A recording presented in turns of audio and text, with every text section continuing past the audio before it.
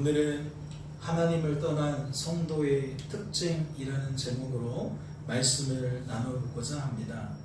같이 말씀을 보실까요?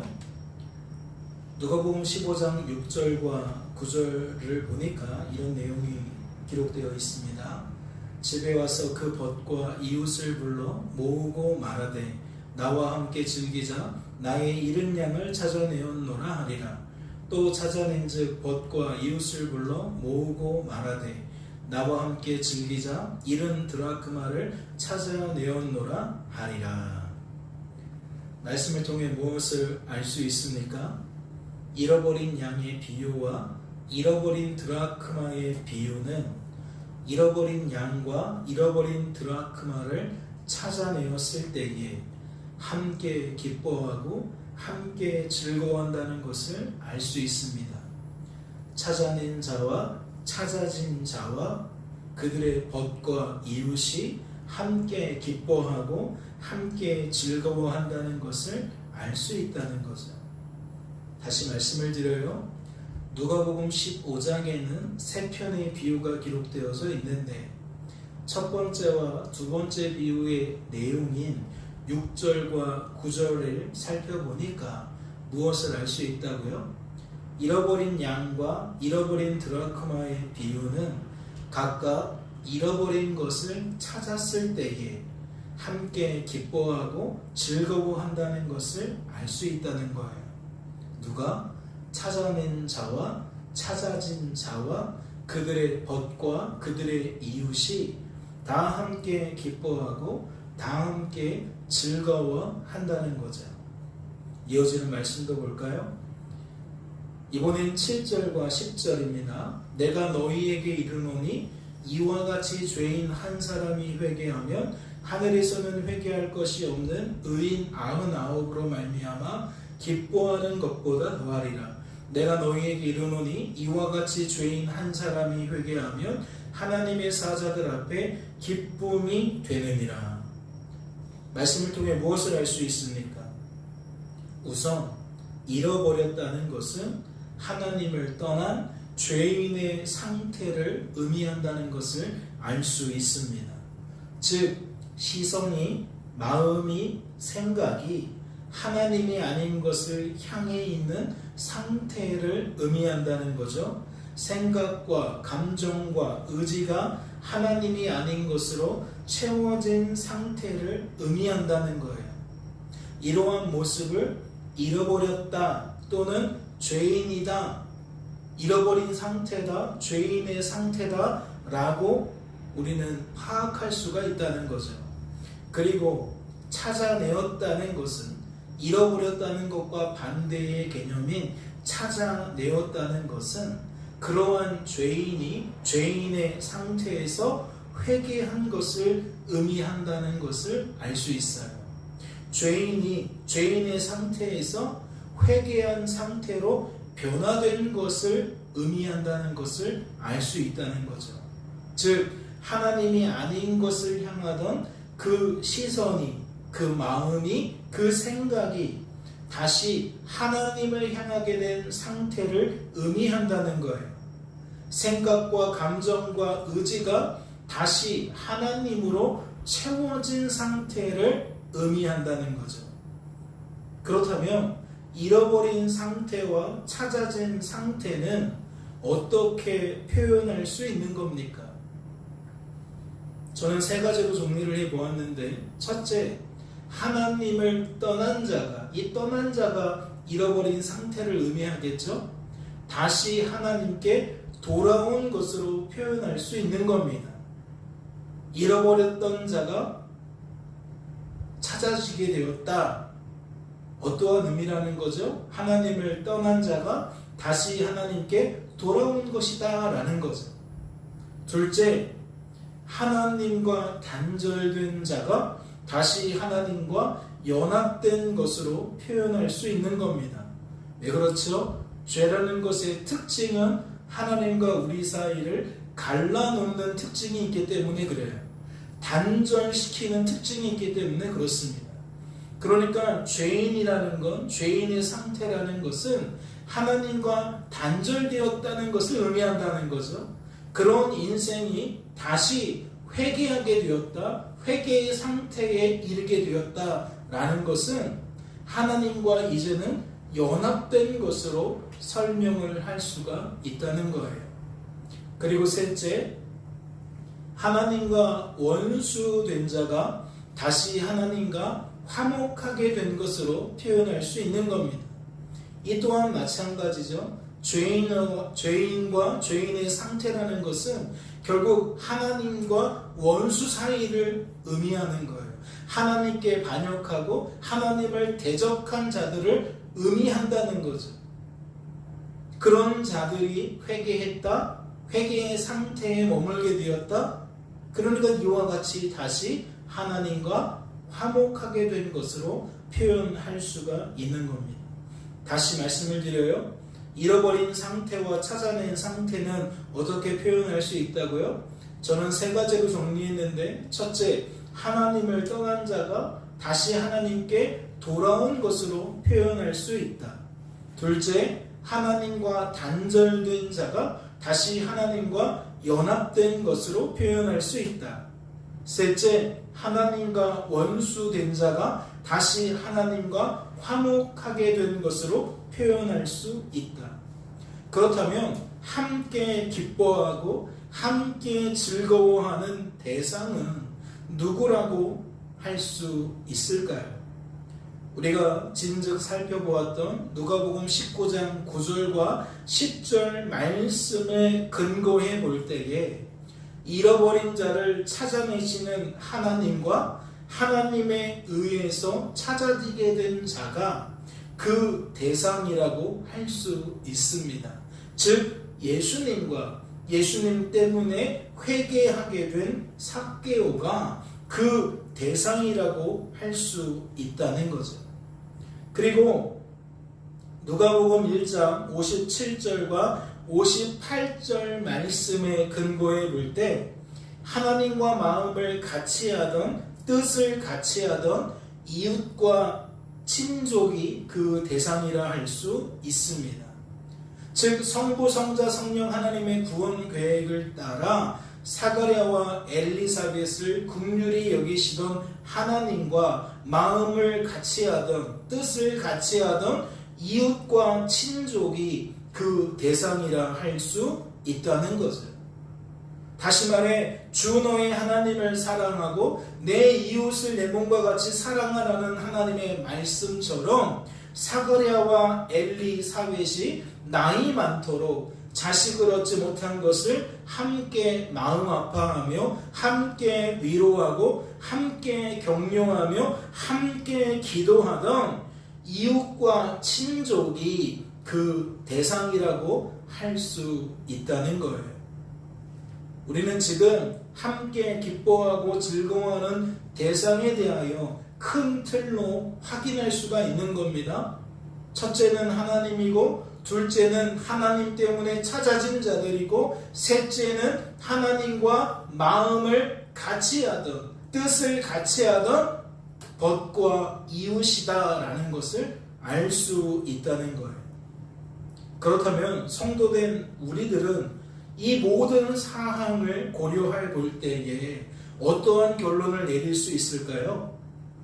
찾아내시는 하나님 때문에 그 시선이, 마음이, 생각이 다시 하나님을 향하게 된 자는, 즉 회개하게 된 자는 그것이 잃어버린 양과 드라크마의 입장이다.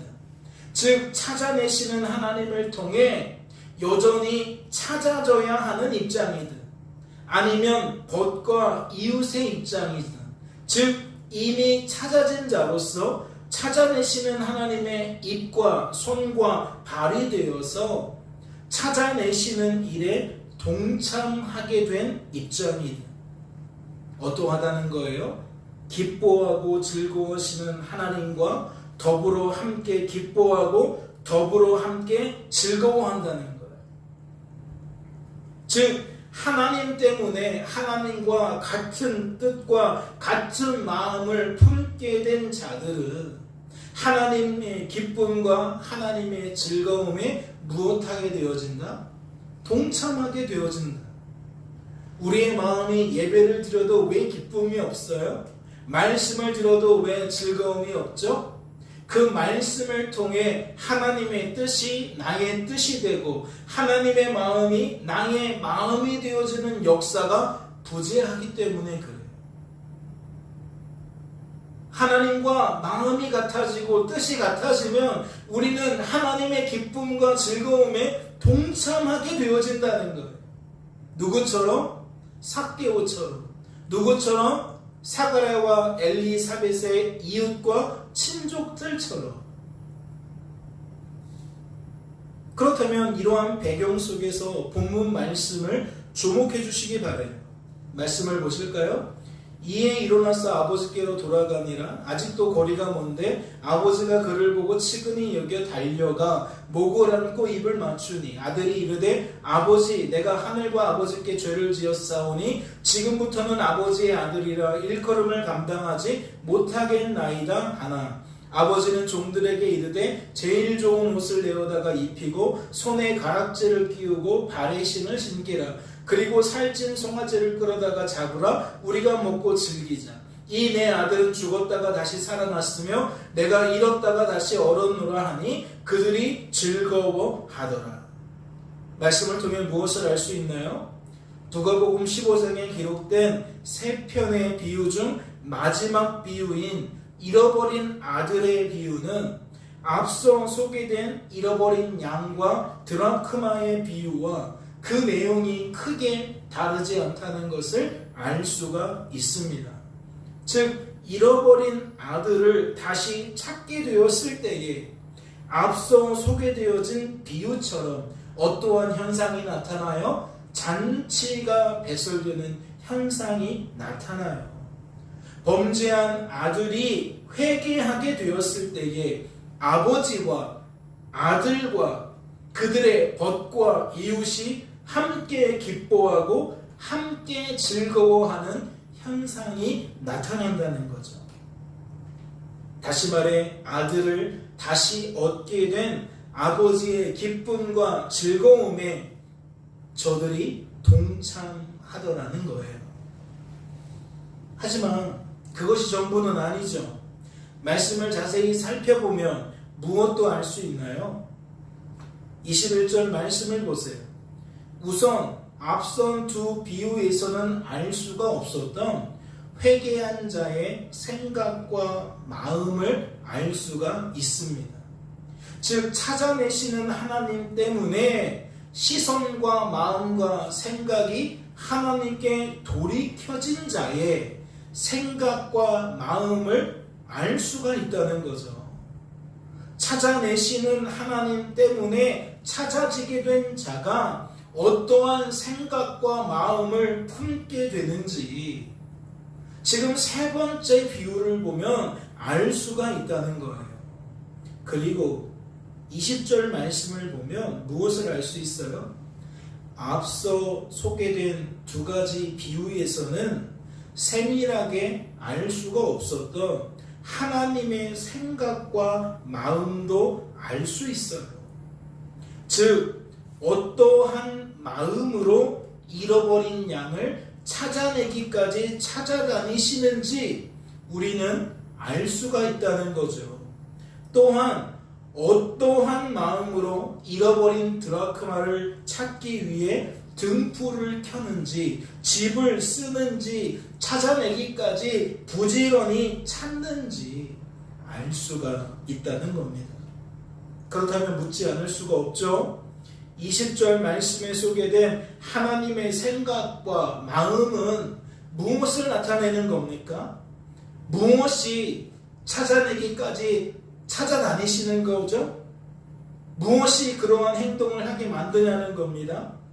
이것은 잃어버린 자를 향한 하나님의 사랑 때문인 겁니다.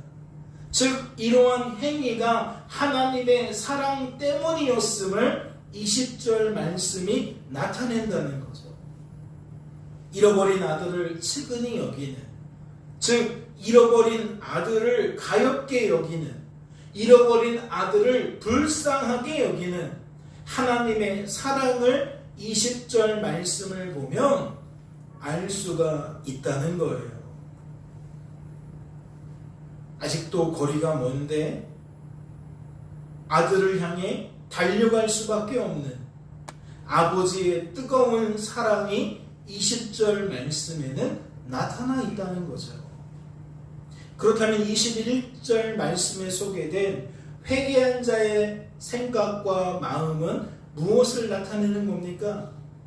그러한 하나님의 사랑에 범죄한 사람이 감화되고 감동된 상태를 나타내는 겁니다. 즉 찾아내기까지 찾아내시는 하나님의 사랑에 감화되고 감동되어 무엇을 깨달아요? 자신이 하나님께 죄를 범했다는 것을 깨달아요. 그리고 그것을 인정해요. 그리고 그것을 고백합니다. 21절을 보면 바로 아들이 그러한 모습을 나타내고 있다는 거죠. 다시 말해 등불을 켜고 집을 쓸 때 찾아낼 때까지 부지런히 찾는 하나님의 사랑 앞에 결국 무릎을 꿇고 자신은 감히 하나님께 아들이라고 칭함을 받을 수 없는 자격이 없는 사람이라는 것을, 한없이 부족한 사람이라는 것을 그가 깨닫고 인정하고 고백하게 된다는 것을 21절 말씀이 나타내고 있다는 거예요. 그렇다면 22절과 23절 말씀에 나타난 하나님의 반응은 무엇을 나타낸다고 할 수 있나요? 성도된 우리들이 찾아내시는 하나님 때문에 성도로 세워지고 보존되고 성도다운 삶을 살게 되는 것을 전적인 하나님의 은혜로 소개하고 있음을 알 수가 있습니다. 즉 우리는 자격이 없어서 아들로 세워진 자들이 아니라는 거죠. 자격이 있어서 아들로 보존되고 있는 게 아니라는 거예요. 자격이 있어서 아들의 모습을 유지하고 있는 게 아니라는 거죠. 애당초 우리는 자격이 없었지만 하나님의 호의와 하나님의 자비에 근거하여 아들이 될 수 있었다는 것이고, 아들로 보존이 될 수 있었다는 것이고, 아들다운 모습으로 살아갈 수가 있었다는 거예요. 이해가 되시죠? 지금 아들은 죄를 범한 상태예요. 아버지를 배신한 상태예요. 아버지께 반기를 든 상태예요. 그래서 그는 무엇이라고 말해요? 나는 더 이상 아들일 수 없습니다. 아버지 나를 종으로 여겨주세요 라고 말해요. 그런데 아버지는 어떻게 행동합니까? 오고 있는 아들을 향해 달려가서 안고 위로하고 격려합니다. 그리고 그 아들에게 종이 아니라 아들로서의 대우를 합니다. 좋은 옷을 가져다 주고요, 손에 가락지를 끼워주고요, 발에 실을 신겨줍니다. 살찐 송아지를 끌어다가 잡게 됩니다. 그러니까 22절과 23절을 보면 우리는 하나님의 사랑이 어떠한지를 너무나도 명확하게 아는 거예요. 우리의 존재됨이 오직 하나님의 사랑에 기인하고 있다는 것을 분명하게 깨달을 수 있다는 거죠. 오직 은혜, 오직 호의, 오직 자비를 통해서만 우리가 성도가 될 수 있었다는 것을 부인할 수가 없다는 겁니다. 그렇다면 23절 말미에 나타난 우리가 먹고 즐기자라는 것은 어떠한 의미가 되는 걸까요? 이는 그 은혜에 동참하게 된 자는 함께 먹고 함께 즐긴다는 의미가 되는 겁니다. 하나님 때문에 찾아지게 된 자는, 즉 하나님과 같은 뜻을, 같은 마음을 품게 된 자는 결국 무엇에까지 동참한다는 거예요?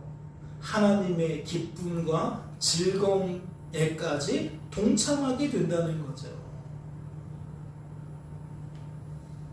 즉 호의가 호의로 여겨진다는 거예요. 그에게는 자비가 자비로 여겨진다는 거예요. 그러니까 감사한 마음, 기쁜 마음, 즐거운 마음으로 아버지의 잔치에 참여하게 된다는 거죠. 말씀을 보세요. 그런데 25절부터 누구에 대한 이야기가 소개되어져 있느냐? 마다들에 대한 이야기가 소개되어져 있어요. 그 내용을 볼까요? 마다들은 밭에 있다가 돌아와 집에 가까이 왔을 때에 풍악과 춤추는 소리를 듣고 한 종을 불러 이 무슨 일인가 물은데 대답하되 당신의 동생이 돌아왔음에 당신의 아버지가 건강한 그를 다시 맞아들이게 됨으로 인하여 살찐 송아지를 잡았나이다 하니 그가 노하여 들어가고자 하지 아니하거늘. 그렇다면 지금 말씀에 소개된 마다들의 반응은 무엇을 나타낸다고 할 수 있나요? 그는 은혜를 은혜로 여기지 못하고 있음을 나타낸다 할 수 있습니다. 즉 그가 은혜의 잔치에 참여하기를 거부한 것은 은혜의 잔치를 배설한 하나님과 다른 마음과 다른 생각을 품고 있었기 때문이라는 거죠. 다시 말해 그는 호의를 호의로 자비를 자비로 여기지 않았다는 겁니다. 이해가 되시죠? 아버지와 돌아온 아들은 마음이 통했어요. 생각이 통했어요. 은혜가 은혜로 여겨졌어요. 호의가 호의로 여겨졌어요. 그래서 아버지의 기쁨과 잔치 가운데 배설된 그 잔치에 기꺼이 동참하며 함께 기뻐하고 함께 즐거워했어요. 그런데 마다들은 전혀 그렇지 못한 거예요. 들어가기를 거부하는 거예요. 오히려 화를 내는 거예요. 무엇을 나타낸다고요? 아버지와 마음이 일치하지 않다는 거예요. 아버지와 뜻이 일치하지 않다는 거예요.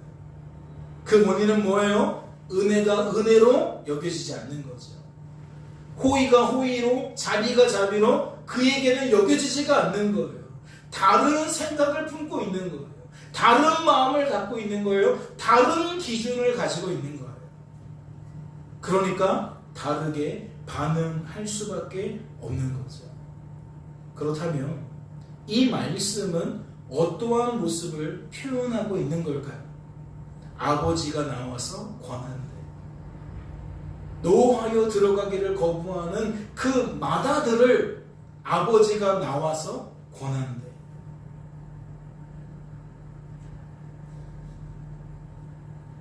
이는 마다들을 찾아내시는 하나님의 모습을 표현하고 있는 겁니다. 이전까지는 둘째 아들을 찾아내시는 하나님의 모습을 표현하고 있다며 지금부터는 마다들을 찾아내시는 하나님의 모습을 표현하고 있다는 거죠. 왜요? 그는 잃어버린 상태거든요. 하나님을 떠난 상태거든요. 무엇을 통해 알 수 있는 거예요? 하나님과 뜻이 다르다는 거예요. 마음이 다르다는 거예요. 이는 무엇과 다름없다? 둘째 아들과 다름없다는 거죠. 돌아오기 전에 회개하지 못했던 그 아들과 같은 상태라는 거예요. 그러니까 아버지가 나와서 권했다라는 것은 이 마다들을 찾아내시는 하나님의 모습을 표현하고 있는 것이다 라고 설명을 드리는 거죠. 말씀은 마다들을 잃어버린 자로 소개하고 있는 거예요. 찾아줘야 하는 자로 소개하고 있다는 거죠. 그렇다면 저 권함의 실체는 무엇이라고 할 수 있나요? 하나님께서 마다들도 은혜를 은혜로 여기게 만드는 과정이라고 할 수 있는 거예요. 하나님께서 마다들이 호의를 호의로 여기도록 자비를 자비로 여기도록 그의 생각과 마음을 변화시키는 과정이라고 할 수 있다는 거죠. 다시 말해 찾아내시는 하나님께서 찾아져야 하는 마다들에게 베푸시는 감화와 감동의 과정이라고 할 수 있다는 겁니다. 말씀을 보세요. 아버지께 대답하여 이르되 내가 여러 해 아버지를 섬겨 명을 어김이 없거늘 내게는 염소 새끼라도 주어 나와 내 벗으로 즐기게 하신 일이 없더니 아버지의 살림을 창녀들과 함께 삼켜 버린 이 아들이 돌아오매 이를 위하여 살찐 송아지를 잡으셨나이다. 그렇다면 이 말씀은 무엇을 나타낸다 할 수 있나요?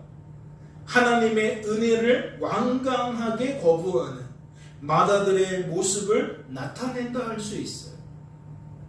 하나님께서 조목조목 타이르시고 생각과 마음을 변화시키기 위하여 지금 감화하시고 감동하시는데 이 마다들은 그 하나님의 은혜를 뭐 한다고요? 튕겨낸다는 거예요.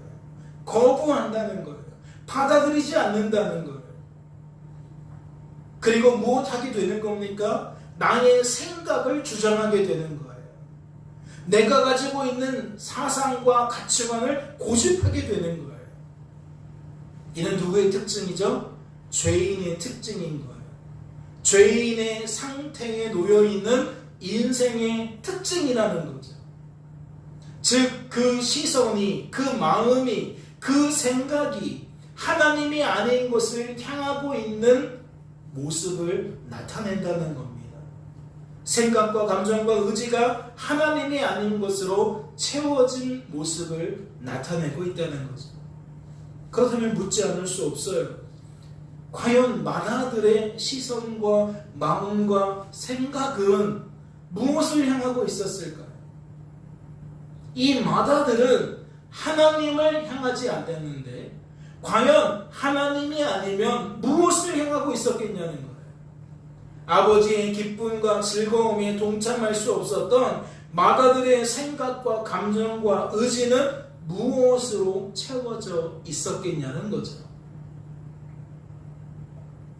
첫째, 나의 의를 향하고 있었던 것 같아요. 즉 그는 나의 순종을 마치 나의 전적인 소산인 것처럼 여기고 있었다는 거죠. 이는 그가 무엇을 부정하고 있었다는 거예요? 하나님의 전적인 은혜와 호의와 자비를 부정하고 있었다는 거예요. 즉 그는 자신의 순종이 전적인 은혜와 호의와 자비의 결과라는 것을 부정하고 있었다는 거죠. 마치 하나님께서 하신 일을 그는 내가 한 일처럼 나의 반응인 것처럼 여기고 있었다는 거예요. 그래서 그는 누구를 받아들일 수 없는 겁니까? 자신과 같은 은혜와 호의와 자비를 받고도 자신과 전혀 다른 삶을 살게 된 자신의 동생을 받아들일 수가 없는 거예요. 이런 얘기죠. 같은 시간에 말씀을 들어요. 그런데 한 사람은 잘 들어요. 근데 한 사람은 잘 못 들어요. 한 사람은 말씀을 듣고 깨달아요. 근데 한 사람은 말씀을 듣고 깨닫지를 못해요. 한 사람은 그 말씀을 듣고 삶 속에서 그 말씀대로 살아가요. 그런데 한 사람은 그 말씀대로 살지를 않아요. 살 수가 없어요. 그런데 살게 된 사람이 어떠한 생각과 마음을 품는다는 거예요? 우리는 동일하게 예배를 드렸고 동일하게 말씀을 들었는데 봐라, 나는 예배를 잘 드렸고 예배를 끝난 다음에도 삶에서 말씀대로 살아갔다. 근데 너는 뭐냐? 라는 얘기를 하고 있는 거예요. 그러니까 마다들은 그러한 생각과 마음 때문에 누구를 받아들일 수가 없는 거예요. 자신과 다른 삶을 살아간 자신의 동생을 받아들일 수가 없는 거예요. 그렇다면 이것은 그의 생각과 감정과 의지가 무엇으로 채워져 있었다는 것을 방증하는 겁니까? 첫째는 나의 의를 향하고 있었다 그랬어요. 그의 시선과 마음과 생각이 자신의 순종을 바라보고 있었다는 거죠. 그런데 지금 보니까 결국 그의 마음과 그의 생각은 무엇으로 채워져 있는 거예요? 인생은 내가 사는 거야. 인생은 나하기 나름이야 라는 생각과 마음으로 채워져 있었던 거예요.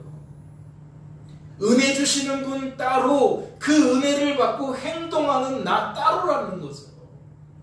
그래서 은혜를 주시는 하나님은 동일하니까 이제 누구를 비교하는 거예요? 은혜 받고 은혜에 합당한 삶을 사는지 살지 못하는지를 따지는 거예요.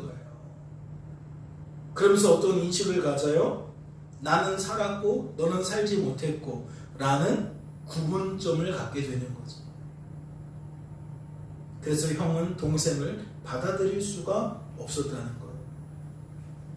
그럼 이러한 생각들이 과연 사람을 향해서만 나타날까요? 사람을 우러러보고 사람을 깔보는 모습으로만 나타나겠냐? 오늘 말씀을 보면 꼭 그렇지만은 않은 것 같아요. 내게는 염소 새끼라도 주어 나와 내 벗으로 즐기게 하신 일이 없더니 이를 위하여 살찐 송아지를 잡으셨나이다. 나는 하나님 예배도 잘 드리고 헌금 생활도 잘하고 평상시에 하나님 말씀대로 잘 살았는데 나에게는 이것도 주지 않고 저것도 주지 않고 내가 원하는 걸 준 적이 없는데 왜 저 아이는 예배도 잘 안 드리고 말씀도 제대로 이해하지 못하고 말씀대로 살지도 않는데 그럼에도 불구하고 내가 가지지 못한 것을 저 아이는 갖는 겁니까? 왜 저 아이에게는 주는 겁니까? 라는 생각을 갖는 거예요. 즉 하나님에 대한 원망과 불평도 갖는다는 거죠. 마치 하나님이 불공평하신 분이라는 것처럼 주장을 편다는 거예요. 논리를 앞세운다는 거예요.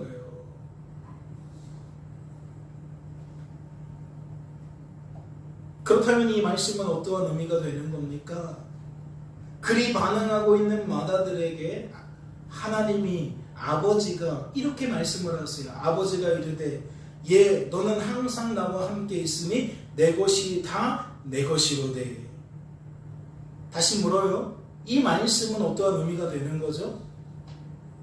하나님께서 마다들에게 자신의 불공평함을, 자신의 불공정함을 시인하고 고백하고 있는 걸까요? 아 그래 내가 잘못했다. 네 말 들어보니까 네 말이 다 맞네. 내가 너무 너에게 홀대했다. 너에게 좀 섭섭하게 대했다. 미안하다. 지금 그런 얘기일까요? 그렇지 않습니다. 하나님께서 지금 마다들의 주장을 받아들이며 사과하고 계신 게 아니에요. 그렇다면 이것은 어떠한 의미가 될 수 있는 겁니까? 이는 하나님께서 잃어버린 자였던 마다들을 다시 찾아내고 계시는 겁니다.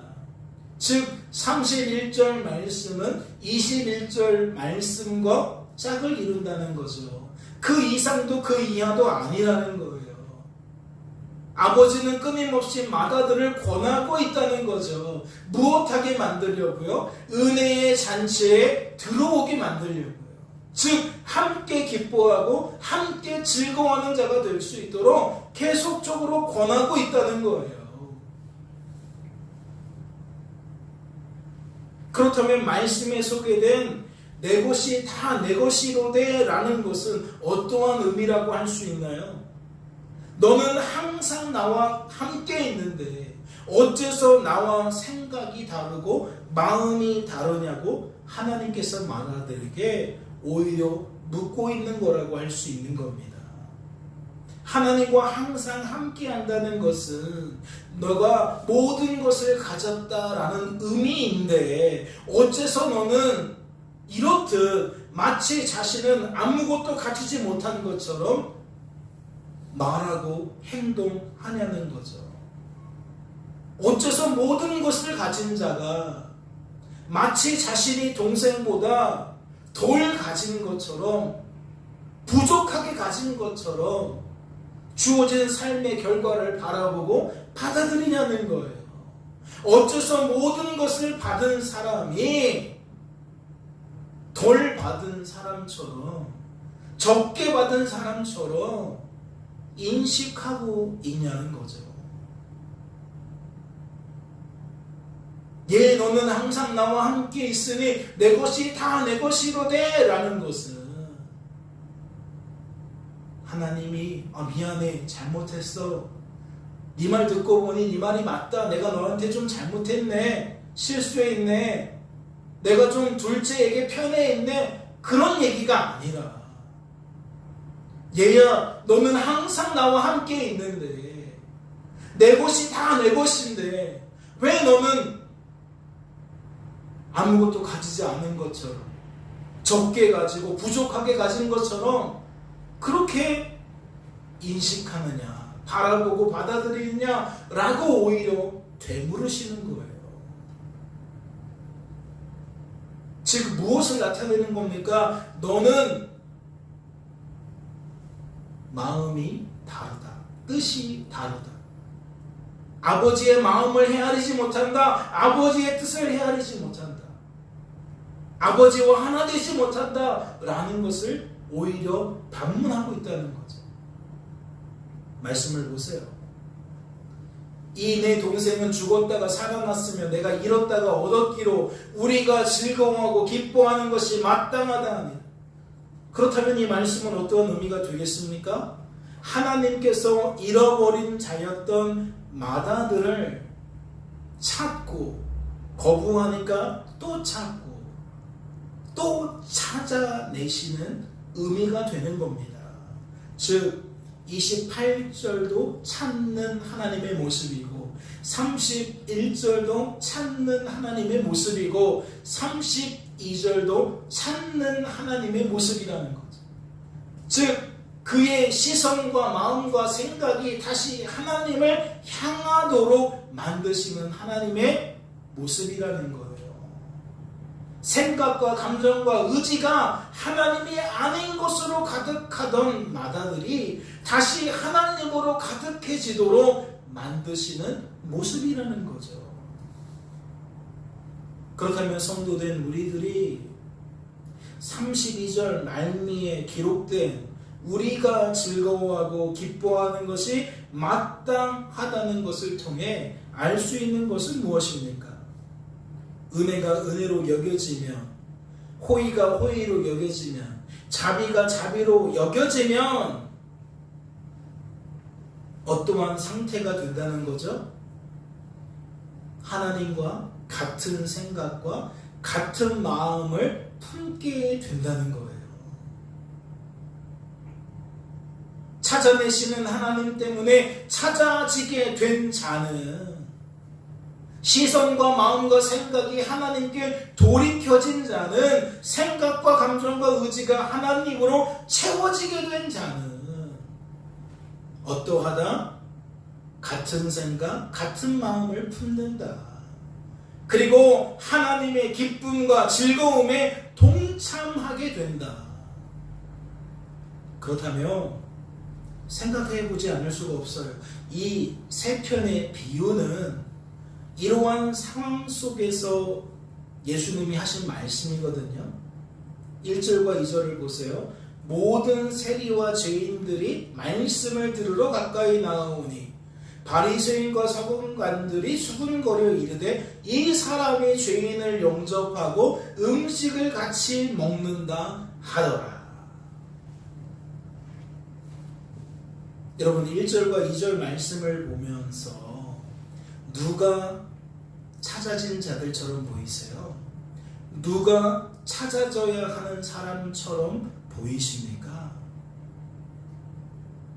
잃어버린 자를 찾아내시는 예수님과 함께 먹고 함께 마시며 함께 기뻐하고 함께 즐거워하던 모든 세리와 죄인들은 찾아진 자들이고,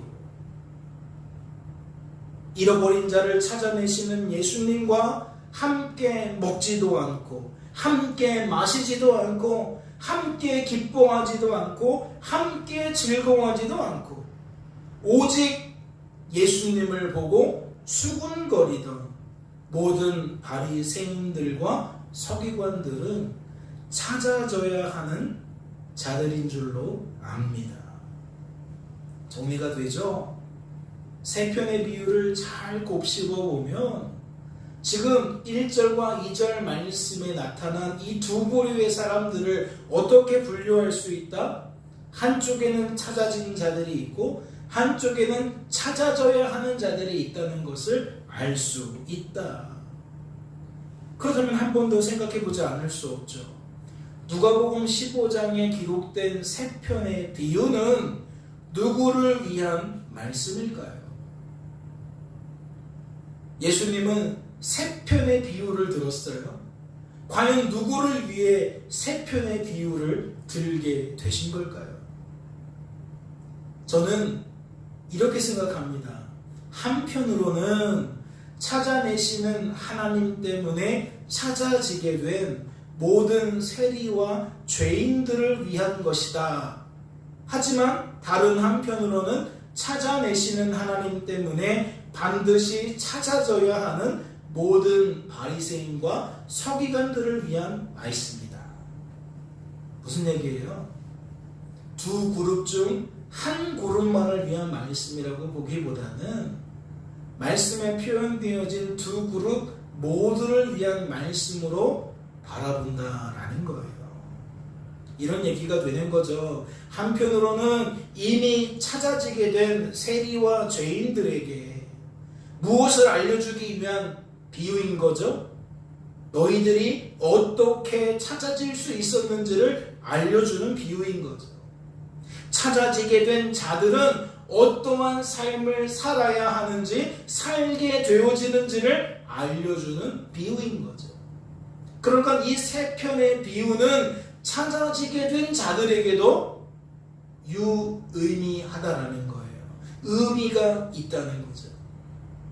또한 다른 한편으로는 찾아져야 하는 모든 바리새인과 서기관들에게 찾아진 자들처럼 반응할 수 없는 그들은 반드시 찾아져야 하는 자들임을 알려준다고 생각합니다. 한편으로는 찾아진 자들에게 찾아지게 된 원인과 찾아진 결과가 무엇인지를 세밀하게 알려주는 의미가 있다면, 다른 한편으로는 너희들이 지금 말과 행동이 잃어버린 상태다, 찾아져야 하는 상태다라는 것을 알려줌으로써 그들이 어떠한 마음을 품게 한다, 어떠한 생각을 품게 한다, 나도 찾아져야 한다는 생각과 마음을 품게 한다. 그러니까 두 그룹 모두에게 의미 있는 세 편의 비유였다라는 거죠. 그렇다면 조금 더 깊이 들어가서 후자가 의미하는 바가 무엇일까요? 당대의 종교 지도자들이 받아들일 수밖에 없다는 것이 무엇을 의미하겠냐는 겁니다. 모든 바리새인과 서기관들이 찾아져야 하는 자들일 수 있다는 것이 과연 무엇을 의미하겠냐는 거죠. 이는 찾아진 자들은 계속해서 찾아진다는, 또한 찾아져야 한다는 의미를 담고 있는 줄로 압니다. 다시 말해 당대의 종교 지도자들은 가짜네, 이거 보니까 진짜가 아니네, 진짜와 가짜가 섞여 있구만, 이러한 사실을 들추기 위한 것이 아니라 하나님의 백성과 하나님의 자녀는 찾아내시는 하나님께 끊임없이 찾아지는 존재요, 또한 찾아져야 하는 존재라는 의미를 담고 있다는 거죠. 즉 바리새인과 서기관들이 지금은 수군거리고 있는데 시간 지나면 저 세리와 죄인들도 수군거릴 수 있다는 거예요. 지금은 찾아줬기 때문에 예수님과 함께 기뻐하고 함께 즐거워하지만 어느샌가 저들도 지금 말씀에 등장한 저 바리새인과 서기관들처럼 수군거리게 될 거라는 거죠. 무엇을 나타내는 겁니까? 인생은 이 땅에서 끊임없이 반복적으로 구원자이신 우리 구주 예수 그리스도를 통해 찾아져야 하는 존재라는 것이고 찾아지는 존재라는 이야기라는 거예요. 그렇다면 결국 누가복음 15장 말씀의 최종적인 목표는 무엇일까요? 찾아내시는 하나님 때문에 모든 하나님의 백성과 모든 하나님의 자녀가 하나님만 바라보고 하나님만 의지하며 하나님만 자랑하는 삶을 살게 되는 것인 줄로 압니다. 누군가를 수근거리라고 말씀을 기록해 놓은 게 아니라는 거죠.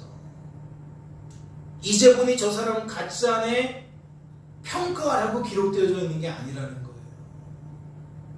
이 말씀의 교훈을 따라 모든 성도가, 즉 모든 하나님의 백성과 하나님의 자녀가 하나님만 바라보고 의지하고 자랑하는 삶을 살게 되기를 원한다는 거죠. 찾아내시는 하나님 때문에 모든 하나님의 백성과 하나님의 자녀가 어떠하다는 거예요. 하나님께서 하신 일을 제발 하나님께서 하신 일로 깨달으라는 거예요. 하나님께서 하신 일을 하나님께서 하신 일로 깨닫게 되면 하나님의 기쁨과 하나님의 즐거움에 동참하게 된다는 거죠. 그리고 모든 영광을 하나님께 올려드리게 된다는 겁니다. 그것이 이 말씀의 최종적인 목표라는 거죠. 우리는 어느 자리에 있을까요? 어떠한 모습으로 있을까요? 안심할 수 있을까요? 걱정해야 됩니까? 혹 오늘 함께 기뻐하고 즐거워한다고 하면 더욱 하나님께 영광이며 하나님께 감사와 찬양이죠. 혹 우리가 바리새인과 서기관들처럼 수군거리는 입장이라면 하나님, 저는 자격이 없습니다. 하나님 아니면 저는 성도가 될 수 없습니다 라고 인정하고 우리는 어떻게 돼요? 하나님 도와주세요 라고 도움을 요청해야겠죠. 그러니까 이 말씀의 핵심은 이쪽 그룹이든 이쪽 그룹이든 하나님 놓치지 말라는 얘기라니까요. 제발 살아가면서 하나님 기억하시라는 거예요. 그리고 하나님께 감사로 영광 올려드릴 일은 하나님께 감사로 영광 올려드리고 하나님께 도움을 구해야 되는 일들은 하나님께 도움을 구해야 한다는 거죠. 그게 어떠한 사람이니까? 시선과 마음과 생각이 하나님을 향하고 있는 사람이니까. 생각과 감정과 의지가 하나님으로 채워진 상태니까. 남은 한 주간의 삶 속에서도 찾아내시는 하나님 때문에 회개하게 되는 저와 여러분 되어질 수 있기를 주님의 이름으로 소망합니다. 잠시 기도합니다. 하나님 아버지 감사합니다. 오늘도 우리를 불러주셔서 말씀으로 먹여주시니 감사합니다. 말씀을 통해 하나님의 뜻이 우리의 뜻이 되게 하시고 하나님의 마음이 우리의 마음 되게 하시니 감사합니다. 주어진 삶을 믿는 자처럼 볼 수 있게 하여 주옵소서. 성도답게 헤아릴 수 있도록 도와주옵소서.